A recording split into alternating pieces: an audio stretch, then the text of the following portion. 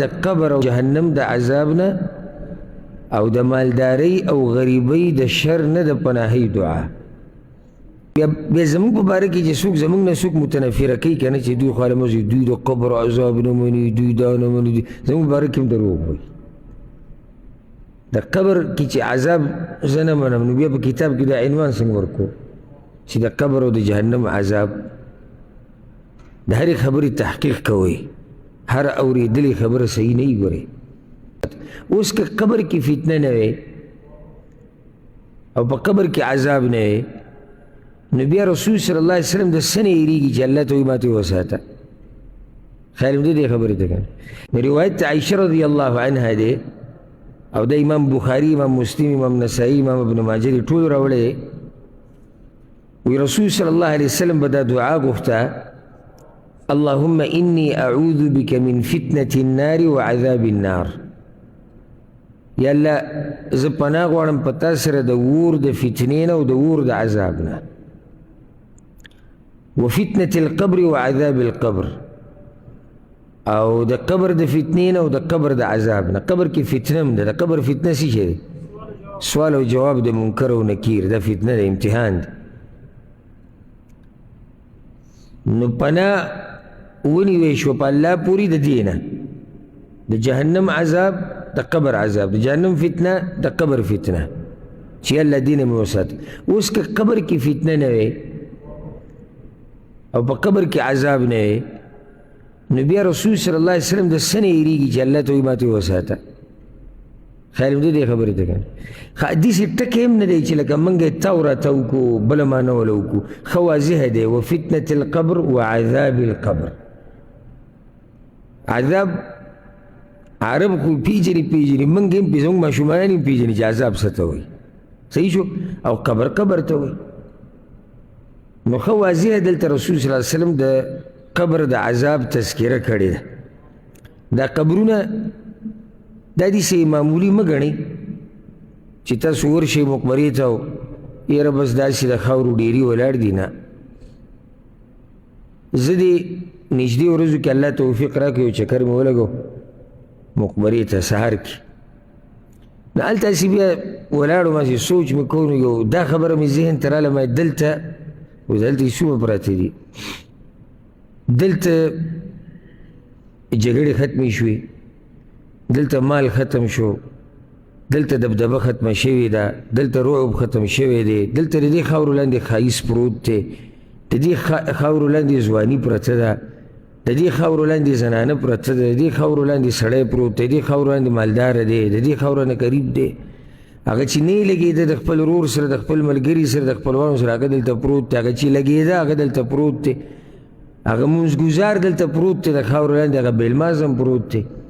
هغه د الله په دین چې مینو هغه هم پروت دی، الله په دین چې نه دی مینو هغه هم پروت دی.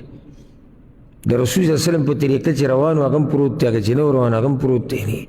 ناشنا ځای دی، ټول یو ځای ته راجمع شوي دي او د ټولو هغه هر څه ختم شو، پاتې چې څه شو هغه اعمال دي.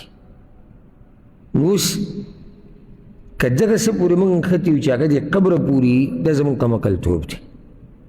مال، شهرت، دبدبه، ځواني، رعب، ښایست، نسب، بچي، ښځه، دا ټول هر څه نعمتونه دي او موږ له مزه هم راکوي او خوند هم راکوي، فایده هم راکوي، خو دا د قبره ښخېدو پورې دي بس. لیکن اخوا موږ سره عمل پاتې کېږي، عمل سوچ پکار دی.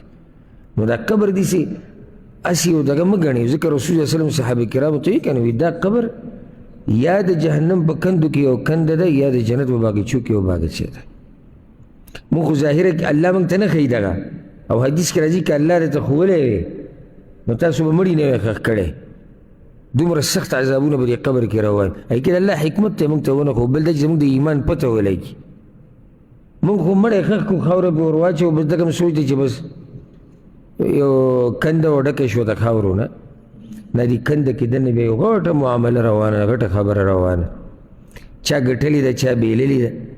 څوک په نعمتونو کې مزې کوي او څوک په عذابونو کې لګیا دی چغې وایي. الله دې موږ د قبر د عذابونو نه وساتي او زموږ چې کوم مشران کشران مړه دي الله رب العزت دې هغه ټول د قبر د سختو نه وساتي. بیا وایي چې وشر فتنة الغنى وشر فتنة الفقر، او د شر د مالدارۍ د فتنې نه او د شر د غریبۍ د فتنې نه. یعنی شر په غریبۍ کې هم دی، شر په مالدارۍ کې هم دی، او خیر هم شته، خیر په مالدارۍ کې هم دی، خیر غریبۍ کې هم دی. خو کله دا مالداري سړي ته شر شي، څنګه شر شي؟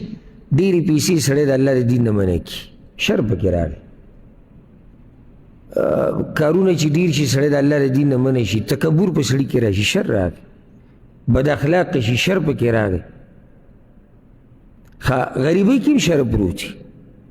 کله د غریبۍ د لاسه سړی بېدینه شي، غریبي په دومره شي چې د الله د دین نه، دا تېر شوي درس کې موږ خبره کوو، د الله د دین نه توجه واوړي، بلکې د غریبۍ د لاسه بعض په الله باندې بدګمانه شي، بعض خو والعیاذ بالله له منډه کفري خبرې شروع کړي، څوک غریبۍ ته کنځلې کوي، څوک په الله پسې خبرې کوي، نو شر پکې پروت دی. نو یا الله ما وساته د مالدارۍ د شر او د غریبۍ د شر، او د دواړو امتحان دی، غریبي هم امتحان دی، مالداري هم امتحان دی. او خیر پکې هم پروت دی، په مالدارۍ کې لوی خیر دی. چې سړی دینداري په صحابه کرامو کې بعض هغه و، بعض ځکه چې به و کې اکثر غریبانانو، بعض هغه و چې هغه سم مالدار و، سم مالدار هغه حد نه زیات چې مالدار و. خو د هغوی هغه مالداري داسې مالداري و چې ټول خیر او خیر و. خو په هغوی کې غریبانانو، نو هغه فقر د هغوی هغې کې هم خیر پروت و. بیا مخکې وایي چې